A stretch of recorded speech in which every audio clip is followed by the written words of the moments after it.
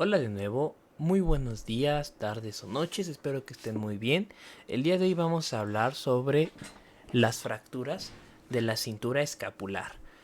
Antes de comenzar me gustaría decir que vamos a empezar con una serie de videos en la que yo voy a intentar explicarles grosso modo el manejo de las fracturas. Ok, esta es una pequeña un mini curso de traumatología. Obviamente no espero que sustituya ninguna clase, ni mucho menos cualquier otro tipo de situaciones más especializadas. Simple y sencillamente es para un concepto general de lo que son estos temas. Ok, o sea, yo lo que quiero es que quede entendido a lo mejor posible y que una vez que vayan a los libros, que revisen los temas con sus profesores o que revisen cualquier otra situación, pues quede entendido de muchísima mejor manera. Entonces, bueno, aclarado esto, vamos a hablar de la cintura escapular, ¿ok? Serían esos tres huesitos: clavícula, escápula y húmero. Ok, vamos a hacer un pequeño recuerdo anatómico antes de pasar. Tengo un video también sobre anatomía que, bueno, quiero hacer más con esta aplicación 3D, pero esto lo vamos a ir haciendo poco a poco. Hay que empezar con la cintura escapular. La cintura escapular es esta zona de acá, básicamente la zona del hombro, en la zona pues del tórax superior externo, que básicamente abarca lo que es la clavícula, la escápula, que no se ve aquí porque está tapada por músculos, y el húmero, ¿no? Este hueso del brazo. Entonces, básicamente aquí está cerrado por adelante por la clavícula y, bueno, por las costillas, pero como tal sería la clavícula. Por detrás está cerrado por la escápula y hacia los lados está cerrado y comunicado por lo que es el húmero. Entonces se llama una cintura escapular porque, al igual que, por ejemplo, la cintura coxal, pélvica, además, pues bueno, está cerrada por adelante por varios huesos, dejando un espacio para distintas vísceras, órganos y demás. Por ejemplo, aquí hay un espacio, no, entre clavícula y húmero para el paso de distintos vasos sanguíneos, de músculos, de nervios y por ahí de otras estructuras como vasos linfáticos, ¿no?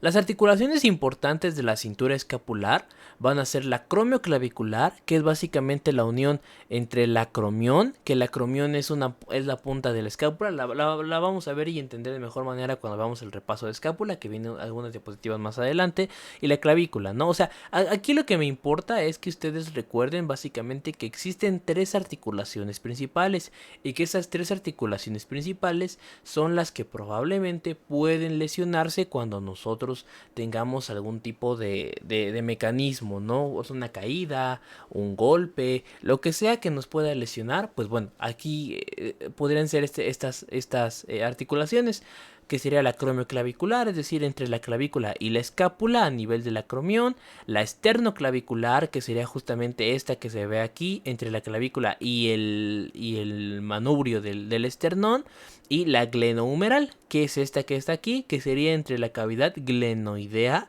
de la escápula.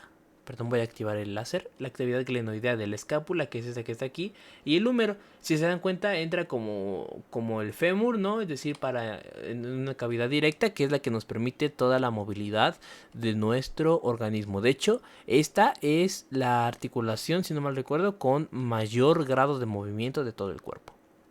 Hablando un poquito sobre la clavícula, bueno, hay que recordar que es un hueso en S, que básicamente este hueso en S está en la parte superior del tórax y se comunica entre el esternón y la clavícula, ¿ok? Aquí lo importante de saber es que va a tener distintas caras. Primero, la cara superior, que es esta que está aquí arriba, permite la inserción del músculo trapecio, que se ve por aquí, y sobre todo del esternocleidomastoideo, que es el músculo más fuerte de toda esta zona, ¿ok? Aquí la clavícula es importante saberla que se divide en tres segmentos: el segmento externo, que es el que está hacia afuera; el segmento medio, que es el que tiene mayor inserción muscular; y el segmento interno, que es el que se une directamente con el esternón. Algunos le llaman incluso medial, pero bueno, aquí le vamos a denominar segmento interno, ¿ok? ¿Qué es lo importante acá? Que si se dan cuenta tiene gran inserción muscular. Entonces todos estos músculos que son muy poderosos, cuando hay una fractura o cualquier tipo de situación, estos músculos lo que hacen es que tiran constantemente para mantener a la clavícula en su lugar. Sin embargo, cuando la clavícula se rompe, por ejemplo, a este nivel, que es el más común, a nivel del tercio medio, lo que va a ocurrir al final de cuentas es que estos músculos, al estar todo el tiempo tirando para mantener la estabilidad, pues ya no va a haber una estabilidad de la cual tirar y van a jalar de más, con lo que pueden afectar todavía más, ¿no? Entonces, aquí lo importante también son los vasos sanguíneos que pasan por acá, que ahorita vamos a ver un poquito sobre eso. ¿Qué más? Bueno, en la cara superior, como les digo, está lo que es el esternocleidomastoideo, que es este músculo que está aquí, es uno de los músculos más famosos de toda la medicina. Y también va a estar el trapecio junto con una parte del músculo deltoides, ¿ok? Aquí el importante para el que va a tirar casi siempre hacia arriba es el trapecio, pero el deltoides también tiene cierta fuerza de tracción en ese sentido, ¿ok? Eso sería en cuanto a la cara superior, es decir, la que está hacia arriba. Ahora, la cara inferior, es decir, la que apunta hacia abajo, va a tener principalmente al canal subclavio, que de hecho es esta vista que estamos viendo aquí. De hecho, esto es lo que le estaba diciendo, ¿no? El trapecio que está hacia arriba, el esternocleidomastoideo. Y bueno, aquí también nos marca una pequeña inserción del pectoral mayor, que sería este que viene por acá, pero aquí pues no está tan bien especificado. Por ejemplo, aquí en la vista inferior, sobre todo, también va a tener cierto apoyo para el deltoides. De hecho, aquí se alcanza a observar mejor cómo tiene apoyo para el deltoides. Pero también va a tener la inserción para unos ligamentos, que sería la inserción de los ligamentos trapezoidales y conoides, ¿ok? Que sería en esta posición externa, justamente cerquita a lo que es el deltoides. ¿Por qué son importantes? Porque estos ligamentos son los que pueden verse también afectados cuando nosotros tenemos alguna dificultad en una fractura, porque tiran de más. Aquí está el canal subclavio y este es muy importante porque van a pasar vasos sanguíneos y el músculo homónimo, es decir, el músculo subclavio, pero también va a pasar lo que son las venas, arterias y nervios en este canal, por lo que cualquier lesión a este nivel es muy probable que afecte de forma grave todo este paquete vasculonervioso. Aquí está la parte del pectoral mayor, como les estaba diciendo, que es más esta que está aquí. Una parte para el ligamento costoclavicular. Hay que saber que, bueno, la primera costilla está tapada justamente por la clavícula, y para unirse de mejor manera y para articularse mejor, justamente va a tener un ligamento costoclavicular, que es el que va a estar apoyando para que la costilla se quede en su lugar. Y bueno, eso sería en cuanto a la cara inferior. En cuanto al borde externo, que el borde externo es este que está aquí, este borde externo va a dar al acromión, ¿no? Que es esta articulación de las importantes de toda esta región, que sería el acromio clavicular, ¿ok? Apoyada por el ligamento acromioclavicular, es decir, tenemos un hueso que se une con otro hueso y se amarra, por así decirlo, con el ligamento acromioclavicular. Además de que se va a apoyar de la apófisis coracoides con el ligamento coracoclavicular, ¿ok? Pero esto lo vamos a ver más adelantito. Y el borde interno, pues bueno, se une al esternón, y el esternón pues se va a amarrar con los ligamentos esternoclaviculares, ¿ok? Además del apoyo con los costoclaviculares, es decir, se une al esternón gracias a que se amarra muy bien con los ligamentos propios del esternón y la clavícula, y además con los ligamentos que van a ir de la primera costilla hacia el esternón. Eso sería en cuanto al borde interno. El borde externo, repito, va al acromión, y el borde interno al esternón, como dice aquí. Y en cuanto al borde anterior, es este que está aquí, y el que está atrás pues va a ser el borde posterior. El borde anterior es importante, sobre todo por la forma que llega a presentar, ¿no? Aquí lo relevante es que, bueno, tiene cierta inserción de lo que es el músculo pectoral mayor y parte del deltoides. Mientras que el posterior, que sería como básicamente esta parte de acá, o sea, esto que está aquí sería el borde anterior, ¿ok? Porque esa es la vista superior, entonces esto es adelante, esto es atrás, o sea, esto es anterior y esto es posterior. Estas serían las inserciones, y atrás sería principalmente por el trapecio. El esternocleidomastoideo es propio de la cara superior, por lo que no va a tener mucho papel en este borde posterior. Así que básicamente en la cara posterior va a estar sobre todo para el trapecio. Tiene gran parte de hueso esponjoso, o sea, si ya queremos ver generalidades del hueso, tiene gran parte de hueso esponjoso. Se considera un hueso largo, justamente por lo mismo, de su forma principalmente. Y como les decía anteriormente, tiene 3 segmentos. Ahora, vamos a hablar sobre fracturas de clavícula. Aquí está muy bonita esta fractura. O sea, muy bonita en el aspecto de que se ve muy bien. Sí, aquí se alcanza a observar perfectamente cómo está el acromión, cómo estaría lo que es la clavícula como tal. Y bueno, esta sería la primera costilla, segunda costilla, tercera costilla, etcétera, ¿no? Y todo lo que ya viene aquí. Bueno, vamos a decir que representan 4 a 10% de todas las fracturas en el adulto.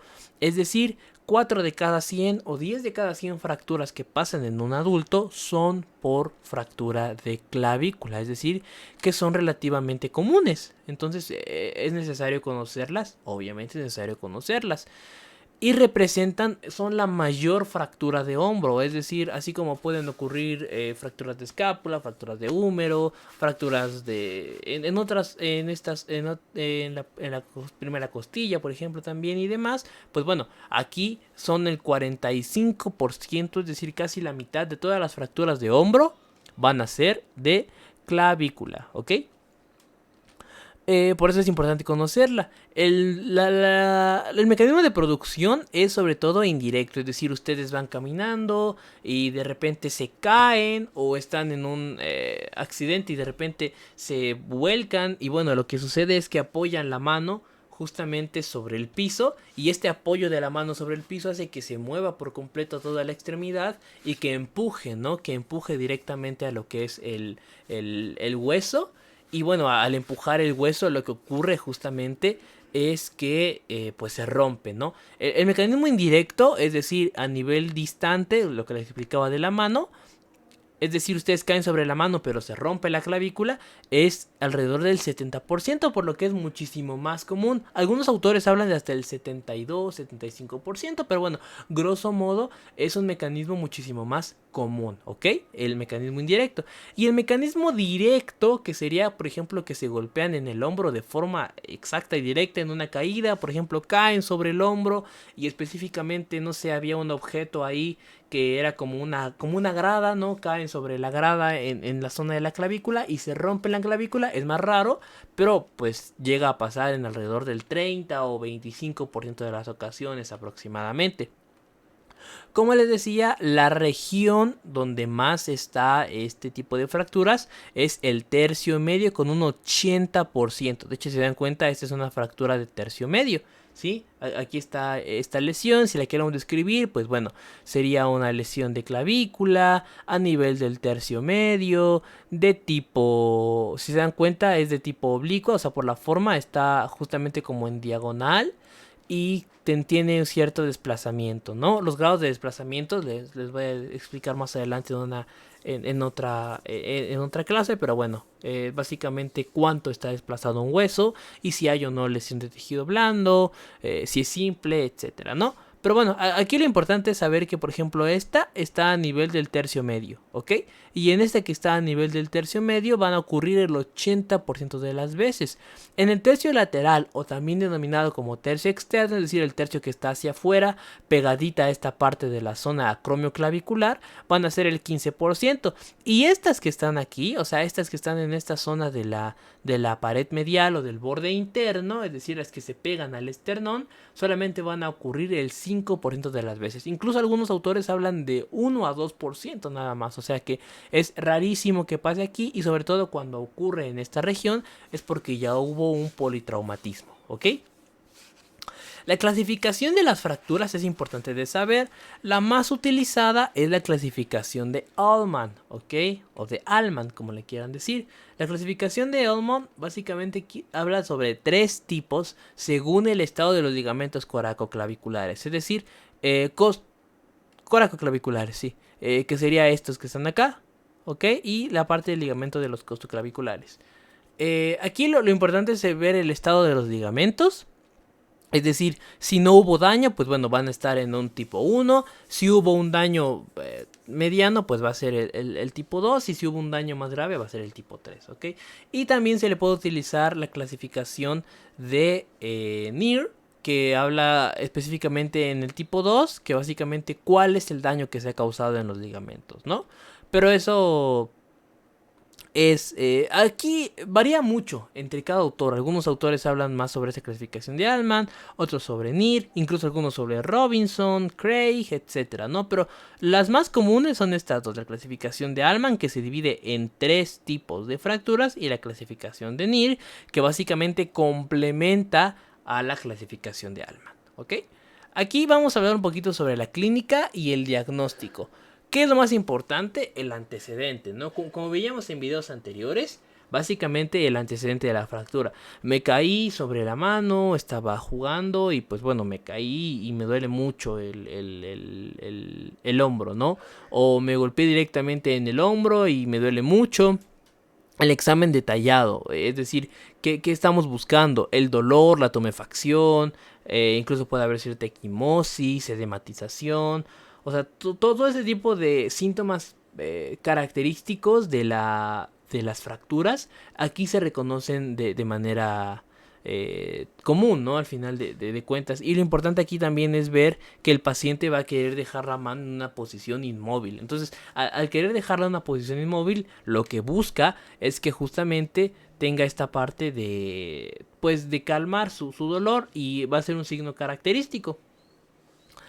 También tenemos que hacer un estudio neurovascular, sobre todo buscando que pueda existir cualquier alteración de lo que es el plexo braquial, ¿ok? El plexo braquial, que está en toda esta región, que es una zona anatómica compleja por toda la unión de nervios que ocurren en este nivel, y justamente a este nivel es donde puede ocurrir cualquier alteración, y con ello se puede perder la funcionalidad del miembro.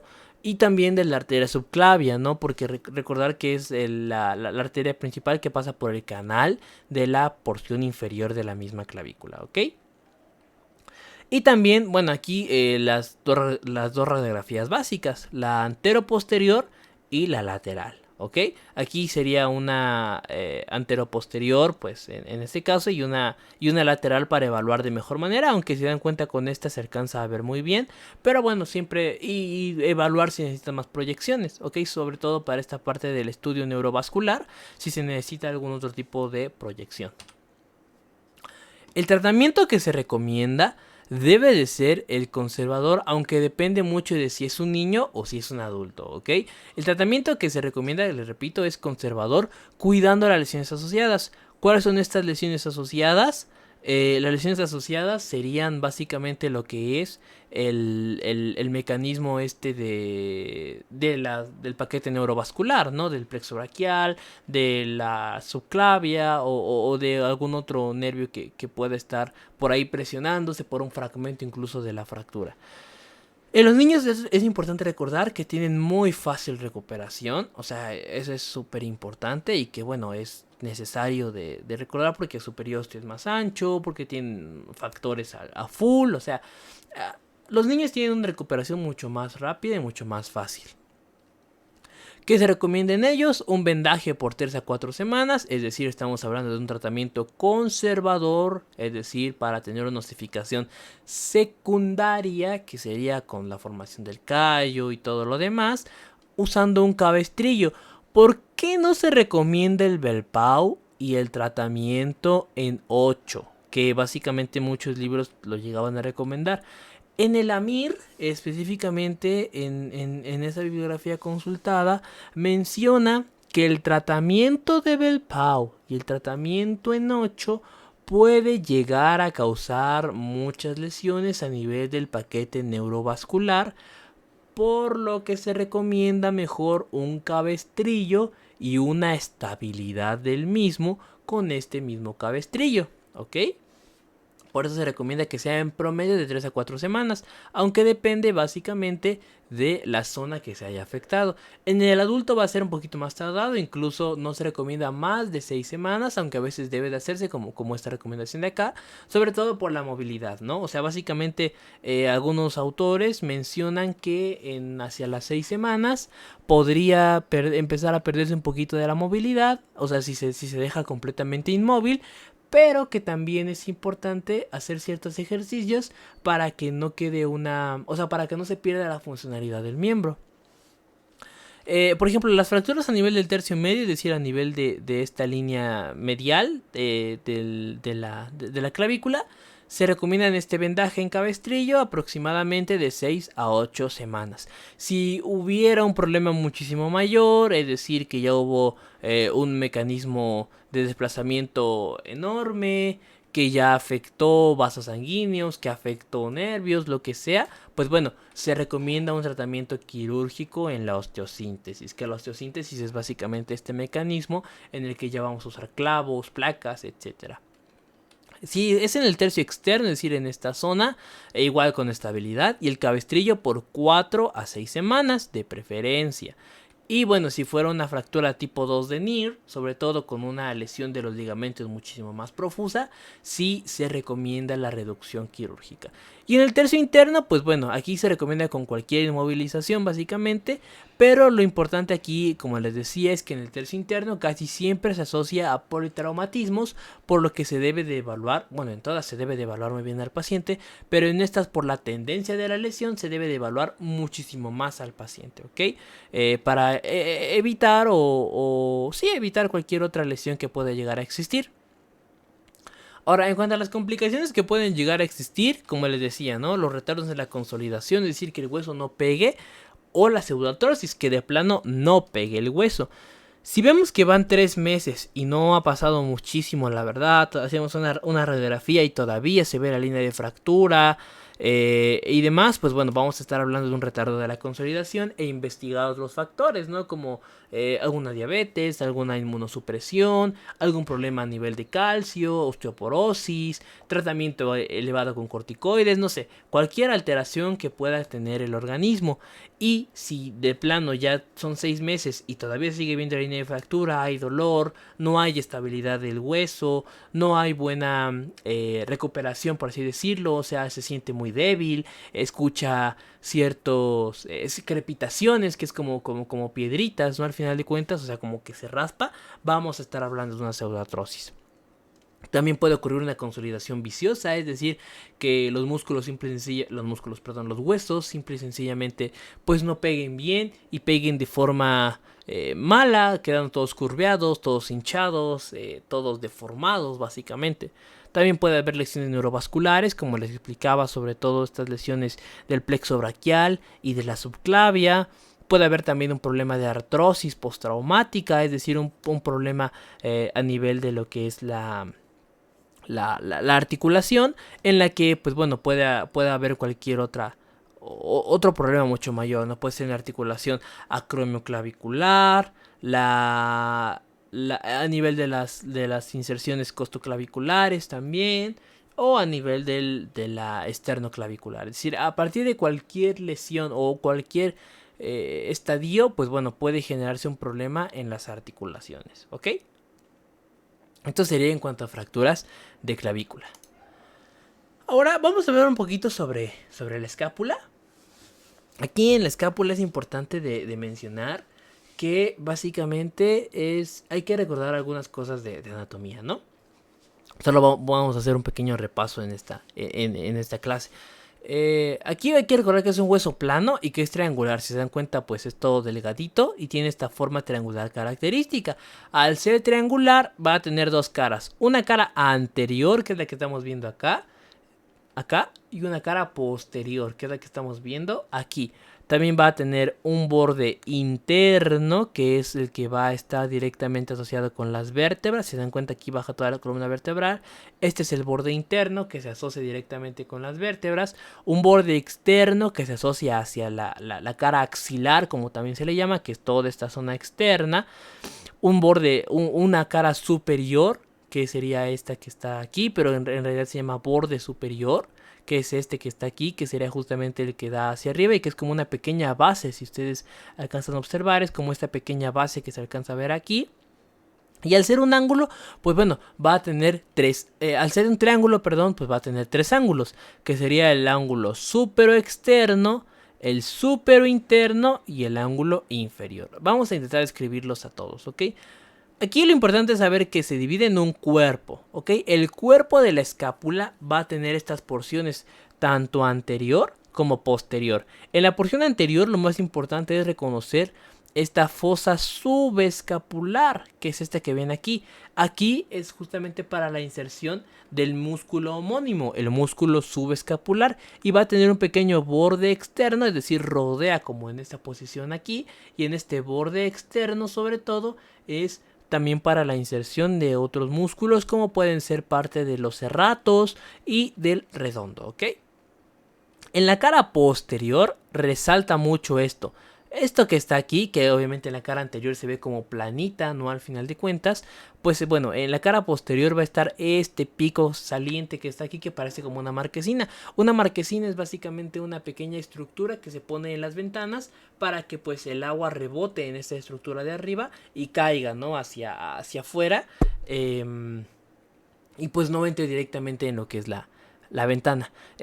Aquí lo que es importante de recordar, que básicamente tiene esta pequeña espina, o esta pequeña saliente. Esta saliente se llama espina de la escápula o espina del omóplato, dependiendo de la bibliografía que consulten y del nombre que le den, pero bueno, grosso modo se llama espina de la escápula, ¿ok? Y aquí lo importante de la espina de la escápula es que va a dejar dos zonas, una zona superior y una zona inferior. La zona superior se denomina la fosa supraespinosa, ¿ok? La fosa supraespinosa, que sirve para el músculo supraespinoso y para el elevador de la escápula. Mientras que la zona infraespinosa, es decir, la zona que está abajo de la espina, va a servir para el músculo infraespinoso, justamente, que viene aquí. Este sería el infraespinoso. Y también va a servir para los redondos. Específicamente en esta porción externa va a estar el redondo mayor y el redondo menor, ¿ok? Y bueno, esta espina sobre todo va a seguir y va a acabar en una punta, que es esta punta que se ve aquí. O sea, esta misma punta que se ve aquí, es esta misma punta que se ve aquí, y es esta misma punta que se ve aquí. Esta puntita que se ve aquí es la terminación de esta espina. Y esta espina, o bueno, esa terminación de la espina se llama acromión, ¿ok? O acromión. Y justamente esta porción es la que se une con la clavícula y nos forma la articulación acromioclavicular, ¿ok? Esto es simplemente un repaso anatómico. Ahora, en cuanto al borde superior, es importante saber que va a tener esta pequeña escotadura que se ve aquí. Esta escotadura que se ve aquí se llama la escotadura coracoidea. ¿Por qué? Porque esta pequeña bolita, esta pequeña elevación que se ve aquí, que es parte de la misma, como si fuese una cara, ¿no? Como si fuese parte de la cara anterior, como un dedito doblado. Si ustedes se dan cuenta, pareciera como un dedito que viene aquí, pues se llama la apófisis coracoides. Y aquí va a tener una pequeña escotadura, que es la escotadura coracoidea, que sirve para el paso de vasos y nervios. Ahora, el borde externo, que es el borde axilar, como también se le llama, tiene su canal axilar o su canal externo. Justamente este sirve para también la inserción aquí adelante de los serratos, específicamente del serrato mayor, y aquí también para el redondo mayor y el redondo menor, ¿ok? El borde interno es el borde más delgado de todos y el más largo porque viene desde aquí, si ustedes se dan cuenta, viene desde aquí. Y bueno, va a terminar hasta esta parte que es el ángulo inferior, ¿ok? Viene en toda esta zona de aquí y también sirve para la inserción de otros músculos. El ángulo superoexterno, que es este que se ve aquí, o sea, si vemos en esta cara anterior, esto que está aquí podría ser la base y esto podría ser el vértice, ¿no? Del triángulo. Pues bueno, aquí en el ángulo superoexterno, es decir, arriba y hacia afuera, va a estar la cavidad glenoidea y la apófisis coracoides, que es importante recordar porque, bueno, en esta porción pasa lo que es la escotadura coracoidea, ¿ok? Esta que está aquí, la apófisis coracoides, que es una pequeña elevación en forma de un pulgar doblado, que justamente sirve para la inserción muscular, ¿ok?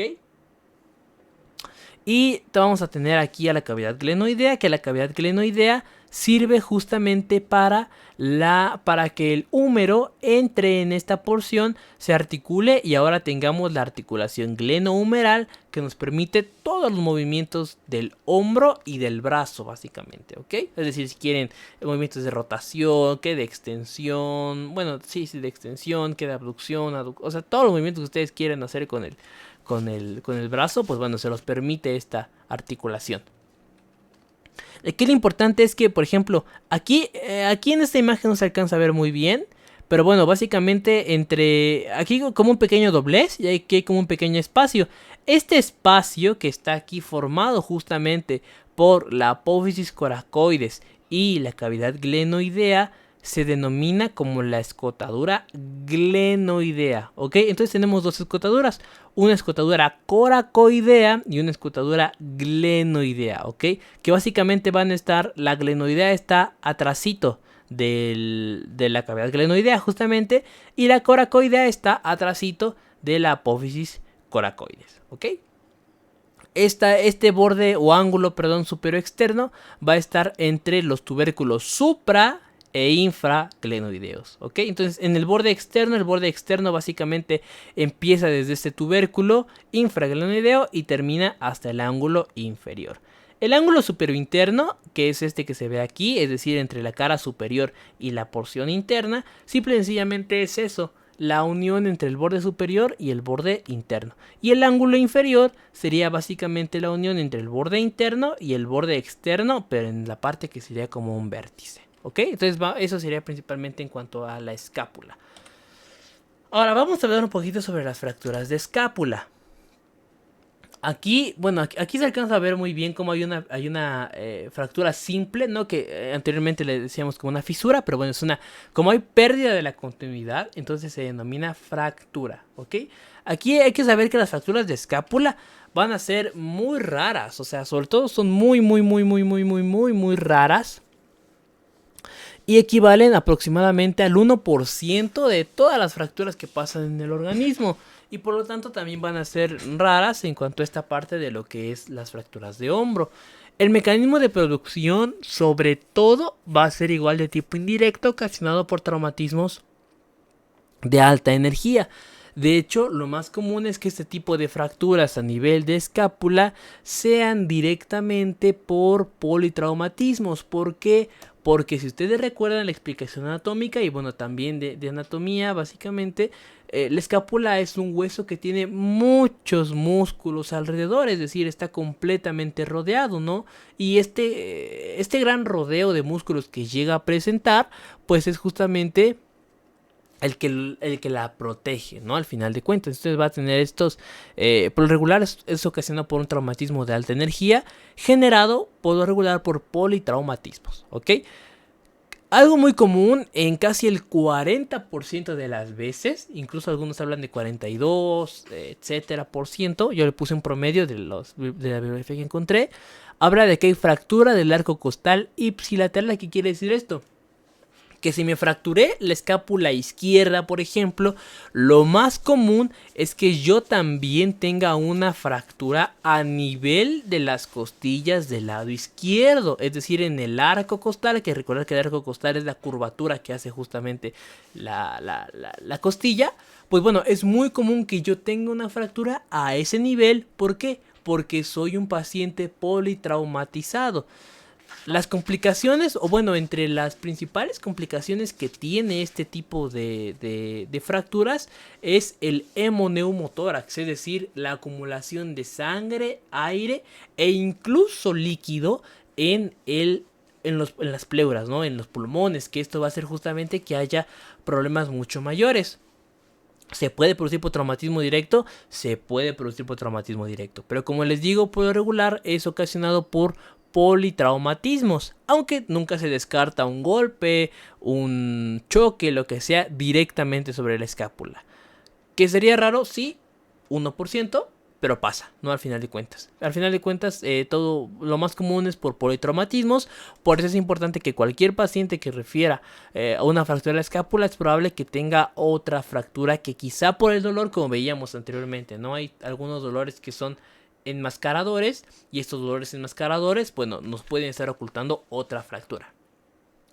las zonas más comunes en las que ocurren las fracturas de la escápula son en el cuerpo con alrededor de un 39%. Es decir, en toda esta zona, como se ve aquí en esta radiografía, aquí alcanza a ver la línea de fractura, pues es el cuerpo de la escápula, ¿no? Entonces este cuerpo de la escápula es alrededor del 39% de las veces. En el cuello de la escápula, que perdón si se me pasó a explicarles, pero es básicamente esa porción en la que está a punto de llegar al límite de la misma escápula, que sería el acromión, pasa alrededor del 26% de las veces. En la cavidad glenoidea, alrededor de un 10% de las ocasiones. Esto es más por traumatismos indirectos en las que hubo también algún problema del húmero. En el acromión, lo mismo, porque es una saliente, alrededor del 10%. En la espina de la escápula, es decir, en esta parte que parece una marquesina, como les estaba explicando, que deja dos zonas, la supra y la infraespinosa, es alrededor de un 8.5%, 9%. Y la más rara sería en la apófisis coracoides, ¿ok? Apófisis coracoides, que bueno, es esta apófisis chiquitita que existe anterior... sí, la lateral a lo que es la cavidad glenoidea es solamente el 6%, como veíamos en las diapositivas anteriores de anatomía. Ahora, la clínica, ¿qué es lo que se recomienda aquí? Bueno, lo principal, como les estaba diciendo, es que es un paciente politraumatizado, ¿ok? Aquí es lo importante, esto es lo que les estaba explicando, ¿no? El cuello, la parte que está a punto de llegar al acromión, como les estaba diciendo, la cavidad glenoidea, el acromión, la apófisis coracoides, en la espina de la escápula y en el cuerpo de la misma escápula, ¿no? Son las zonas más importantes que pueden llegar a presentar una lesión. Sobre todo en el cuerpo, ¿no? Con casi 40% de las lesiones. Como veíamos, como esta que se ve aquí, que fue en el cuerpo. ¿Ok? Aquí lo importante, como les digo, recordar que es un politraumatizado. Por lo regular va a ser un paciente politraumatizado, por lo que la clínica debe basarse en eso, es decir, en el estado general del paciente, en cualquier alteración que pueda llegar a presentar, pues por justamente un politraumatismo, es decir, la fractura de costilla, la fractura, no sé, de cualquier otro tipo de estructuras que puedan estar comprometidas, la posibilidad del hemotórax, del neumotórax y demás, pues bueno, también es importante evaluarlo, ¿no? Sobre todo aquí lo importante va a ser el edema, la crepitación y el hematoma. El edema es decir que está todo hinchado, la crepitación que se escucha, como cuando se pisa nieve, pero algo así se escucha, que es cuando ya los huesos están como queriendo chocar entre sí. Y el hematoma, sobre todo, es decir, esta parte de que está todo inflamado y lleno de sangre, con una hinchazón y demás, pues bueno, también es común. Aquí lo que se recomienda es evaluar también toda la zona neurovascular, sobre todo por estas lesiones asociadas hacia el plexo braquial, por ejemplo, o hacia los vasos axilares. Incluso se dan cuenta, esto es una zona muy peligrosa, sobre todo en esta también de la cavidad glenoidea. Un problema a nivel articular, incluso, o sea, aquí sí hay que evaluar múltiples situaciones, ¿no? ¿Qué más es importante? Que hay dolor e impotencia, ¿ok? O sea, hay mucho dolor en la zona de la espalda, como dijeran, en estas alitas que tenemos atrás, que es básicamente esta parte de las escápulas. Va a haber impotencia, obviamente, al movimiento, porque simple y sencillamente hasta al respirar les puede doler, encima de que puede haber una fractura de costillas, y la exploración neurovascular, que también es importante, ¿no? Aquí, ¿qué vamos a pedir? Otra vez una radiografía anteroposterior y lateral o lateral, e incluso se puede pedir una tomografía axial computarizada, ¿no? Que sería básicamente para aparte de confirmar el diagnóstico, que el diagnóstico es clínico y por los antecedentes, pues bueno, también nos sirve para el abordaje que se pueda tener, ¿no? A veces que puede estar cerrada esta lesión, y al estar cerrada no sabemos específicamente cuál es el grado de fractura y ni sabemos qué tanto se ha desplazado. Podemos imaginarnos al ver el edema, la inflamación, la impotencia y el dolor del paciente, pero nada como ver directamente una imagen radiológica, ¿no? El tratamiento va a depender del estado general del paciente, por lo que tiene que hacerse una revisión cefalocaudal, repito, porque es por lo regular por politraumatismos. Si se utiliza o si se prefiere el tratamiento conservador, se va a utilizar un vendaje de Gilchrist por alrededor de 6 semanas, que es un vendaje similar a este, ¿ok? Este es un vendaje de Gilchrist, que ese es el más recomendado. Voy a intentar hacer en un futuro video sobre prácticas, a ver si me salen bien. Pero bueno, ya sería en otro jalón, como dijera. Y bueno, si se necesita cirugía, vale, evaluar el costo-beneficio de la cirugía, ¿no? Todos estos factores, individualizar al paciente y darse cuenta de qué sería lo mejor para él. Ok, esto sería en cuanto a fracturas de clavícula y escápula, ¿no? Ya vimos que son estas dos principales. Ahora, vamos a hablar un poquito sobre el húmero, ¿ok? El húmero es el hueso único del brazo. Ojo, no confundir brazo con antebrazo. El brazo es esta zona que parte directamente desde el hombro hasta el codo. Y el antebrazo pasa desde el codo hasta lo que es la mano, ¿no? Hasta estos huesos de la mano. Entonces vamos a hablar rápidamente sobre el húmero. El húmero entonces va a ser un hueso largo y único de la zona del brazo. Va a tener un cuerpo, que es todo esto que viene aquí, y va a tener dos extremidades, una extremidad superior y una extremidad inferior. El cuerpo sobre todo tiene esta forma como de un prisma triangular. Esto sería la extremidad superior, la extremidad inferior, pero también va a tener una cara externa, una cara interna, una cara posterior, un borde anterior, un borde externo y un borde interno, ¿ok? Por eso me gustó mucho este prisma porque te lo representa muy bien, ¿no? En las caras que necesitamos justamente.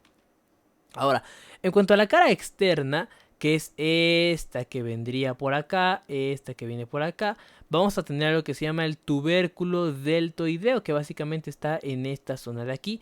El tubérculo deltoideo, justamente como su nombre indica, es básicamente para la inserción del músculo deltoides, ¿ok? Hacia la cara interna, que es esta que viene por acá, lo importante sería que presenta el agujero nutricio. El agujero nutricio sería justamente para la entrada de la arteria principal que va a irrigar al húmero y que nos va a servir justamente para la recuperación más rápida del hueso. En la cara posterior, que sería toda esta que viene por aquí, esta que viene hacia atrás, va a ser lo que se llama el canal radial, ¿ok? Este que viene por acá, que se den cuenta viene como medio externo, que sería este canal radial. Esto, bueno, hay que recordar que esta sería su epífisis, su metáfisis, su diáfisis, y otra vez se repite, ¿no? Metáfisis y diáfisis. Solamente como, perdón si se me había olvidado esa parte. Entonces aquí sería el canal radial, que va a tener justamente una continuación o va a servir para la inserción de los músculos vastos y también del canal vásculo nervioso de homónimo, es decir, el nervio radial, la arteria radial y bueno, y para el paso justamente de todos estos nervios, ¿no? Algunos llaman braquiales incluso. Vamos a tener también en el borde anterior, es decir, en esta región de aquí, es decir, en la mera puntita del hueso, va a tener músculos, justamente mucha inserción muscular, hasta lo que es la fosa coronoidea, que la fosa coronoidea la vamos a explicar un poquito más adelante, pero básicamente sirve para la articulación del codo. Hacia el borde externo, es decir, hacia esta zona de aquí, que sería en esta de acá, va a ser una continuación, como vendría por acá del canal radial, va a ser una continuación del mismo canal radial. Es decir, el canal radial viene aquí en la zona posterior, pero va a dar vuelta a todo lo que es el hueso y va a terminar en el borde externo. Mientras que en el borde interno, que es este que está aquí, va a servir para un tabique intramuscular y para la inserción de otros músculos en toda la zona de nuestro brazo, ¿ok? Que parte del bíceps, que parte del tríceps, etcétera. O sea, aquí ya depende mucho de cada inserción muscular. En cuanto a la extremidad superior, es importante saber que va a tener una cabeza, que es esta que está aquí, que es la que justamente penetra a nivel de la cavidad glenoidea y que va a presentar un cuello, es decir, la cabeza va a tener como forma de hongo y la colita del hongo o la base del hongo básicamente se va a denominar como cuello. Y va a tener dos tubérculos que se van a denominar tubérculo mayor y tubérculo menor, perdón, o como también lo van a encontrar en otras bibliografías como troquíter y troquín, o troquíter y troquín, ¿ok? que van a ser básicamente, este va a ser el mayor y el troquín va a ser el menor, ¿ok? Entonces, se dan cuenta, el troquíter o troquíter es mucho, o el tubérculo mayor es mucho mayor, mucho más grande que el tubérculo menor, ¿no? Que sirve justamente para la inserción muscular también. Como les decía, va a estar el mayor y el menor, y entre ambos, es decir, este es el tubérculo mayor y este es el tubérculo menor. Pues bueno, entre ambos va a haber un pequeño canalito que se va a denominar canal bicipital, que este canal bicipital va a servir para el paso de estructuras vasculonerviosas. Ahora, en cuanto a la extremidad inferior, que es esta que vemos en esta zona, pues va a tener una tróclea, que la tróclea es esta zona grandota que sirve más que nada para los movimientos de flexión del codo, y un cóndilo, que el cóndilo es básicamente como esta bolita que se ve aquí. De hecho, aquí más o menos se alcanza a ver la tróclea, que es esta elevación de acá, y el cóndilo, ¿no? Que el cóndilo va a ser hacia afuera, ¿ok? Hacia afuera va a ser el cóndilo, que sería en esa zona de acá. Este cóndilo también sirve más que nada para la inserción del radio, por ejemplo, que sirve para los movimientos del codo. ¿Qué más tenemos? Bueno, tenemos una fosa coronoidea y una fosa olecraniana. Básicamente, en la extremidad inferior de nuestro húmero vamos a tener dos caras, una cara anterior y una cara posterior. En la cara anterior está la fosa coronoidea, que sirve para la apófisis coronoides del hueso cubital o del cúbito, ¿no? Y en la cara posterior va a estar la fosa olecraniana, que sirve para la apófisis o nada más denominada olecranon del hueso cubital. Entonces vamos a tener dos fosas. Aquí lo importante de saber es que vamos a tener una tróclea y un cóndilo, ¿ok? La tróclea que sirve para movimientos de flexión y el cóndilo que apoya esos movimientos, pero sirve más que nada para el radio. Encima de ambos, o sea, encima de tróclea y de cóndilo, vamos a tener hoyitos, ¿no? Como pequeñas fositas. La fosita anterior se llama fosita o fosa coronoidea, y la fosa posterior se llama la fosa olecraniana. Tenemos otra fosa que es básicamente esta que está aquí, que es la fosa supracondilia. Esta fosa supracondilia es la que está por encimita del cóndilo.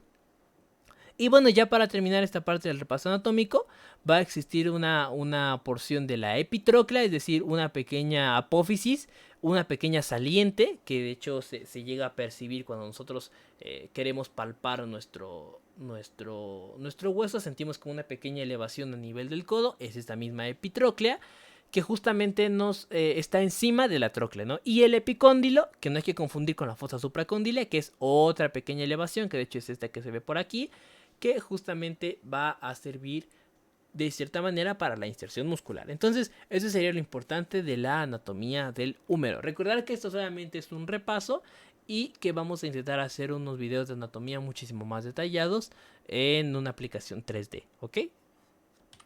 Ahora, vamos a empezar a hablar sobre las fracturas, ¿ok? Aquí sí va a ser un poquito largo, así que, pues bueno, vamos a intentar ir rápido pero bien, ¿ok? Entonces vamos a hablar sobre la fractura de la extremidad proximal del húmero, es decir, en esta zona de acá, en la zona que está muchísimo más pegadita a nivel de la cavidad glenoidea, en donde justamente puede estar muy probable o muy cercano a la metáfisis. De hecho, aquí se alcanza a ver cómo vino una fractura, aquí vino una fractura y aquí vino una fractura, ¿no? Representa el 5% de todas las fracturas. Veíamos que entre las más comunes será la de la clavícula con un 10%. Este es un 5% de todas las fracturas, es decir, 5 de cada 100 podrían llegar a ser esa. Sin embargo, se hace muchísimo más común a nivel de la osteoporosis, o cuando una persona sea mayor de 40 años, por ejemplo, mujeres que ya están en la etapa de la menopausia, que sufren de osteoporosis justamente por menor secreción de hormonal, sufren la osteoporosis y por lo tanto los huesos van a ser más débiles. Entonces es muy común a nivel de esta edad, ¿ok? El mecanismo de fractura, ¿cuál es? Pues bueno, aquí es importante de nueva cuenta ver la edad del paciente. Si es un anciano, lo más común por la osteoporosis es que haya sido un traumatismo de baja energía, es decir, estaba caminando y se cayó, apoyó el brazo y se rompió el húmero, ¿no? Pero si es un joven, lo más común es que no se fracturen por baja energía. Si fue así, es muy probable que tengan un problema mucho mayor del cual no sabían hasta que se fracturaron, ¿no? Porque no es común que un joven se fracture por, por la extremidad superior proximal del húmero, pues por un mecanismo de baja energía. Lo más común en ellos es que sea un trauma de alta energía, ¿ok? Es decir, un golpe durísimo, un problema grave, etcétera, un politraumatizado y demás, pues bueno, es lo más común que ocurra justamente en los jóvenes, un trauma de alta energía. Ahora, también puede llegar a presentarse esta fractura en las convulsiones. ¿Por qué? Bueno, si ustedes recuerdan, las convulsiones es este movimiento en el que pues estamos tirados y estamos constantemente chocando con el piso. Sin embargo, hay algunas que justamente porque pueden ser osteoporóticos o porque pueden tener problemas de la densidad ósea o problemas asociados en general, sus huesos son muy frágiles y por ende pueden lesionarse en una convulsión. También es importante saber que es muy común que exista una fractura luxación, es decir, que encima de que se fracturó en esta zona, se salió de la cavidad glenoidea. Es decir, la articulación se descompuso. En vez de que esté apoyada la cabeza del húmero sobre esta cavidad glenoidea, pues la cabeza del húmero está desplazada. Eso sería una fractura luxación. Y también puede ser común por una metástasis, es decir, hay un cáncer en el hueso y este cáncer en el hueso lo que está haciendo es que hace esta zona mucho más débil y por lo tanto la rompe, ¿ok? Aquí lo importante es saber un poquito sobre la clasificación de estas fracturas. NIR propone que sea según los segmentos anatómicos, es decir, la clasificación de NIR menciona, bueno, es un NIR de tipo 1 en donde lo que se afectó fue el tubérculo mayor, ¿no? O el troquíter, o troquíter, como la quieran denominar. O 2 fue el troquín, ¿no? O tubérculo menor. Entonces puede haber una lesión a nivel del canal bicipital, ¿no? O sea, hay que empezar a pensar un poquito en esta anatomía completa. También puede ser en la articulación como tal o en la diáfisis, pero la diáfisis la vamos a explicar un poquito más adelante. Aquí también hay que saber que debemos de conocer cuántos fragmentos de hueso hay.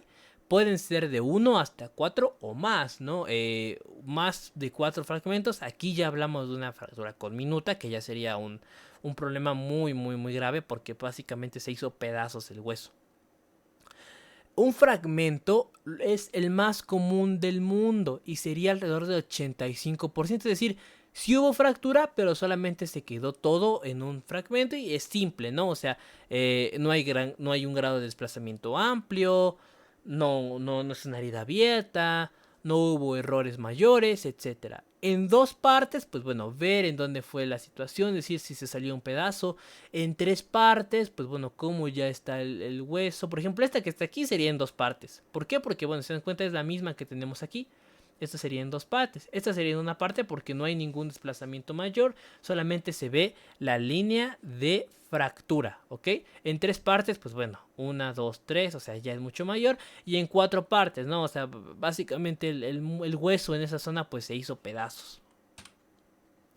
Su clínica y el diagnóstico, pues bueno, el dolor va a ser enorme, o sea, el dolor aquí va a ser súper característico. Recordar que estamos en esta región del cuerpo que, pues bueno, puede tener una asociación directa con el hombro y también problemas a nivel neurovascular, ¿ok? Entonces va a ser el dolor y sobre todo se va a ver que es un dolor al querer mover el brazo y a la palpación. Es decir, si tú palpas, si quieres palpar esa zona, lo más común es que haya mucho dolor a la palpación. También va a haber inflamación, es decir, el tejido va a estar todo edematoso, todo inflamado, doloroso y demás. Va a haber un hematoma y también va a haber equimosis. De hecho, aquí lo importante es que les puse el signo de Hennequin. El signo de Hennequin básicamente se basa en esto de acá. Si ustedes se dan cuenta, está prácticamente todo con equimosis. La zona del brazo. Por aquí estaría toda la zona de lo que es el tubérculo deltoideo, ¿no? Esta sería la cara anterior, la cara del pectoral mayor, o algunas zonas de los serratos, de los redondos y demás. O sea, básicamente toda esta zona del cuerpo va a tener una gran equimosis. Ese es el signo de Hennequin y es súper característico de las fracturas de la extremidad proximal del húmero. Es decir, fue aquí la fractura, pero todo el desplazo de la equimosis se dio en esta región, ¿ok? También es importante recordar que se tiene que hacer una exploración neurovascular porque por aquí va a estar pasando el nervio axilar, ¿no? Que justamente como es en esta zona de acá, muy pegada a lo que es la axila directamente entre la escápula y el húmero directamente, pues por aquí va a estar pasando el nervio axilar y ese nervio axilar puede verse dañado en este tipo de fracturas. ¿Qué se pide? Lo de siempre, ¿no? Una radiografía anteroposterior de hombro y una lateral también para valorar la escápula. Lo que les decía, no si es un paciente anciano, pues bueno, un traumatismo de baja energía, pero si es un paciente adulto joven, pues bueno, puede ser sobre todo por alta energía y por lo tanto pueden haber lesiones asociadas, ¿no? Hay que ver siempre al paciente como un todo. El paciente no es un número, el paciente no es un radio, el paciente no es un cúbito, no es una escápula, el paciente es un todo que puede lesionarse de varias formas. Y también se puede añadir una tomografía computarizada para valorar el daño y una radiografía axilar, ¿no? Sobre todo para valorar cualquier otra región con daño. Aquí, ¿qué se recomienda? Bueno, si es el tratamiento conservador, o sea, si fue una fractura tipo 1, ¿no? En la que pues no está desplazada, no hubo lesión a nivel neurovascular, del paquete neurovascular, y todo se ve bien, pues bueno, se puede utilizar un vendaje conservador de tipo Gilchrist, ¿no? O también se puede hacer una inmovilización de tipo Bell-Pau, que bueno, la vamos a explicar un poquito más adelante cuando veamos como tal, quiero hacer un video específico sobre vendajes. En el quirúrgico, el tratamiento quirúrgico, se debe de ver la reconstrucción necesaria según la osteoporosis, lo que les decía, ¿no? Si existe una densidad ósea mucho menor de la que debería de estar, pues bueno, evaluar esas complicaciones y, como siempre, costo-beneficio. Si es lo adecuado, pues bueno, se termina realizando y si no, pues hay que ver esas maneras de poder llevar al paciente e incluso con este equipo multidisciplinario. Aquí, pues bueno, se deben de descartar lesiones del manguito rotador, es decir, en toda esta zona muscular que está aquí, que nos ayuda para los movimientos enormes que hacemos en el brazo. También descartar problemas vasculares y neurovasculares, ¿no? Esta parte de los nervios axilares, de los vasos incluso humerales, de la misma cualquier fragmento que se pudo haber ido a la subclavia incluso, o sea, aquí ya es un mundo, ¿no? Lo que puede ocurrir y por lo tanto hay que descartar problemas de ese tipo. Dejar un hueso estable sobre todo y evaluarlo constantemente para evitar la pseudoartrosis. Si de plano ya hubo daño articular, es decir, la cabeza del húmero se despegó por completo, ya no hay nada que hacer y todo, pues se va a tener que recurrir a una prótesis, pero eso ya va a depender incluso de los equipos multidisciplinarios y complejos, ¿no? Esos ya son procesos que están fuera del alcance de este video. Vale, ahora vamos a hablar de la extremidad o de las complicaciones de la fractura de la extremidad proximal del húmero. Aquí lo que puede ocurrir principalmente es que haya una pseudoartrosis. Sobre todo es común cuando fue en 2 o 3 fragmentos, ¿no? Entonces, en esta parte donde fue de 2 a 3 fragmentos, lo más común es que puede ocurrir una consolidación fibrosa, en donde realmente no hay estabilidad y por lo tanto hay errores de la misma. Puede haber una consolidación viciosa, es decir, que haya, por ejemplo, que la fractura sea fea y por lo tanto haya una bola enorme por el callo óseo formado y que ya incluso sea una deformación anatómica del mismo húmero, etc. Una necrosis avascular, sobre todo por el colapso de los vasos sanguíneos. Esto es muy común en las fracturas desplazadas y la fractura de luxación. De hecho, si se dan cuenta, quise meter esta imagen de todos los vasos sanguíneos que pasan por esta región. Por ejemplo, esta que se ve aquí, pues bueno, sería toda esta rama de la arteria axilar que viene en esta zona de acá y las ramas que llegan a presentar, ¿no? La circunfleja humeral posterior, que es la que rodea esta zona, y la circunfleja humeral anterior. Entonces, cualquier alteración a este nivel puede aplastar directamente a los vasos sanguíneos y generar una necrosis por avascular, que quiere decir que ya no hay vasos porque justamente la fractura se desplazó tanto que ya está, que cortó el vaso sanguíneo incluso, o se salió de su posición y por lo tanto está aplastando a ese vaso sanguíneo, ¿no? También puede haber una lesión a nivel del nervio axilar que pasa en esta región también y que justamente puede ocurrir alrededor del 21 al 50% de las veces en que existe este tipo de lesiones, por lo que también es importante tenerlo en mente, ¿no? También sobre todo para esto se necesita la lesión vascular, como les decía, de la circunfleja anterior y de la posterior, parte de lo que les decía de esta necrosis vascular, y con ello se debe de observar el hematoma, cómo es el hematoma, cómo es la equimosis, si hay signo de Hennequin, si no hay signo de Hennequin, el dolor y sobre todo los pulsos periféricos. Si no hay pulso, nos vamos a empezar a preocupar porque quiere decir que alguna arteria está colapsada y está aplastada por un fragmento. Y bueno, también podría ser la rigidez y la capsulitis, sobre todo por la inmovilización prolongada del húmero, ¿no? Por lo que se necesita una rehabilitación intensiva, pero que sea progresiva, o sea, no del primer día vamos a hacer ejercicios complejos, sino empezarlos a hacer poco a poco, y en ese poco a poco es en el que vamos a tener una recuperación adecuada de nuestro paciente. Ahora, vamos a ver un poquito sobre las fracturas de la diáfisis humeral, que de hecho aquí se alcanza a ver muy bien cómo esta diáfisis fue completamente destruida. Aquí también esta sería la diáfisis distal y bueno, esta es parte de las mismas inserciones, ¿no?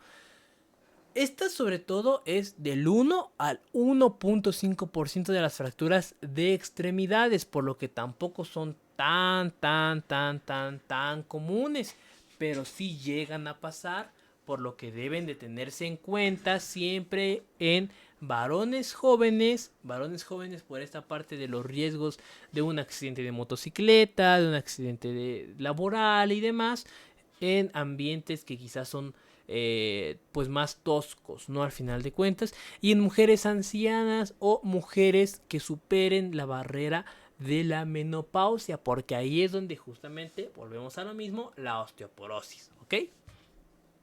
El mecanismo de producción, ese sí puede ser directo o indirecto. Si es directo, bueno, lo más común es que justamente existe esta parte de la pues de una caída sobre la mano, y que esa caída sobre la mano hizo que se venciera por completo nuestro húmero, y al vencerse nuestro húmero, pues no se rompió. Y eso sería indirecto. Y el directo, pues, perdón, por una caída directamente a lo que es nuestro... Perdón por eso. Una caída directamente a lo que es nuestro... Un golpe directo, perdón, a lo que es el húmero, ¿ok? Me confundió esta parte que se me salió de la presentación. Sobre todo también ocurre por la tracción muscular intensa, y de hecho por eso es importante conocer los músculos que van en esta región, no porque por ejemplo puede ser un jalón, como se dice coloquialmente, pues por un músculo, y esto va a generar que el daño sea mucho mayor. La clasificación de las fracturas de húmero dependen de la localización anatómica que presente. Pueden ser altas, pueden ser del tercio proximal, pueden ser medias o pueden ser bajas. Hay que recordar que una diáfisis se divide en 3 zonas características, que sería una diáfisis proximal, una diáfisis distal y una diáfisis medial, ¿no? O bueno, proximal, medial y distal. Es decir, una diáfisis proximal, una diáfisis medial y una diáfisis distal, ¿ok? Las altas son a nivel de la inserción del músculo pectoral mayor, es decir, más o menos como en esta zona de aquí es en donde estarían las lesiones altas del húmero. Entonces se diría, es una lesión de húmero izquierdo de tipo, según la clasificación tal, de tipo altas, con y tal, ¿no? Se empieza a describir todo lo que son las lesiones características de este hueso. 2. Las del tercio proximal, que sería entre la inserción del pectoral mayor y el deltoides, es decir, más o menos, si esta zona es donde más o menos sabemos que se inserta el pectoral mayor, pues por aquí se va a estar insertando justamente lo que es el tercio proximal, ¿ok? Luego sería la porción media, que sería como la que estamos viendo en este punto, una diáfisis medial, que sería esta que está aquí, ¿se dan cuenta? O sea, esta sería la porción media que está debajo de la inserción del músculo deltoides. Y las bajas, que también se llaman como de Olsten-Lewis, son sobre todo en el canal radial, muy por debajo del deltoides, es decir, ya casi llegando a lo que es la metáfisis, aunque bueno, esto es epífisis, esto es metáfisis y esto sería la diáfisis distal, es decir, cualquier lesión que ocurra a este nivel del canal radial, que aquí, bueno, aquí le llaman como canal brachioradial, que sería este que viene por acá, pues bueno, cualquier lesión que ocurra a este nivel se va a denominar fractura de Olsten-Lewis, o Olsen-Lewis, como le quieran decir, y va a estar sobre todo de tipo baja. La clínica y el diagnóstico, volvemos a lo mismo, dolor intenso, ¿ok? Lo más común es que haya una fractura patológica por osteoporosis, ¿no? Esta es una muy característica de la osteoporosis y demás. Pues bueno, lo que ocurre al final de cuentas es que esto va a pasar en el 10 al 15% de las ocasiones, ¿ok? Y también va a haber debe de existir una exploración neurovascular, otra vez buscando cualquier alteración que pueda existir a nivel del paquete vasculonervioso, de los nervios, de los vasos, etc. Y bueno, realizar las proyecciones necesarias, ¿no? Una tomografía axial incluso, resonancia magnética en el mejor de los casos, pero lo mejor sería una radiografía anteroposterior y lateral para terminar de evaluar nuestras lesiones, así como la evaluación clínica sobre todo. El tratamiento, bueno, se recomienda que el tratamiento sea sobre todo conservador y se utiliza una férula braquial en U, es decir, el brazo se deja como en esta posición de 90 grados y a partir de aquí se utiliza esta férula ya haciendo la misma inmovilización, ¿no? Esta inmovilización que puede ser por alrededor de 6 a 8 semanas también, aunque depende muchísimo de otros factores. El tratamiento quirúrgico, sobre todo, va a depender de la necesidad. Se debe de cuidar esta inmovilización prolongada, sobre todo evaluando al paciente en general, es decir, si son alcohólicos, si son ancianos, si son obesos, pues bueno, qué tan recomendable es que tengan esta inmovilización, también si pueden cuidarse, ¿no? Si no pueden cuidarse, si realmente pueden tener la inmovilización, porque lo que tiene esta férula braquial en U es justamente esa parte de la inmovilización, ¿no? Por completo. También se debe de ver algunas partes blandas con inestabilidad, no cualquier otro problema que se haya producido a nivel del húmero, pues bueno, alguna lesión a nivel de los músculos, de los nervios, etcétera. Y bueno, aquí ya sería la parte de los clavos intermedulares, de las placas, los tornillos o la fijación externa, incluso es decir, colocar tornillos desde afuera para clavar por completo al húmero, ¿no? Para dejarlo ahí estable y estabilizarlo por el tiempo que decida el especialista. En cuanto a las complicaciones que se pueden presentar, bueno, muy similar a su predecesor, que sería el de la extremidad proximal, sería una lesión a nivel de la arteria humeral o de la arteria axilar, también un problema a nivel vascular, como les decía, una lesión nerviosa a nivel del nervio radial. Aquí se alcanza a observar de mejor manera cómo cursa la fractura en el húmero, lesión del nervio radial, como dice en esta pequeña imagen. Y bueno, aquí se ve cómo viene el nervio radial y cómo aquí, pues bueno, se va a esta fractura que tiene un mini desplazamiento, pues va a empezar a aplastar al nervio y por lo tanto va a dar mucho dolor, mucha pesadez y demás. Aquí pues ya es muy grave, ¿no? O sea, por completo puede seccionar hasta el nervio por el mismo corte que le provoca la fractura. Y bueno, el retardo de la consolidación aquí va a ser un poquito más, ¿cómo decirlo? Un poquito más estricto con el tiempo. Porque si ustedes recuerdan en las anteriores era 3 meses y 6 semanas, ¿no? 6 meses, perdón. 3 meses sin consolidación, hablamos de un retardo. Pero si eran 6 meses ya hablábamos de una pseudoartrosis. Aquí no, aquí lo que ocurre es que justamente por la gran irrigación sanguínea debería de pegar más rápido. Y si en 6 semanas no hay ningún callo, ni hay ni una señal, y siguen habiendo señales de línea de fractura, hay dolor, no hay movilidad en absoluto, vamos a estar hablando de un retardo en la consolidación y deben de explorarse los factores necesarios para ver ese retardo, ¿no? Es decir, si es un paciente que toma corticosteroides, si es un paciente... ¿Por qué corticosteroides? Porque hay que recordar que deprime la función inmune.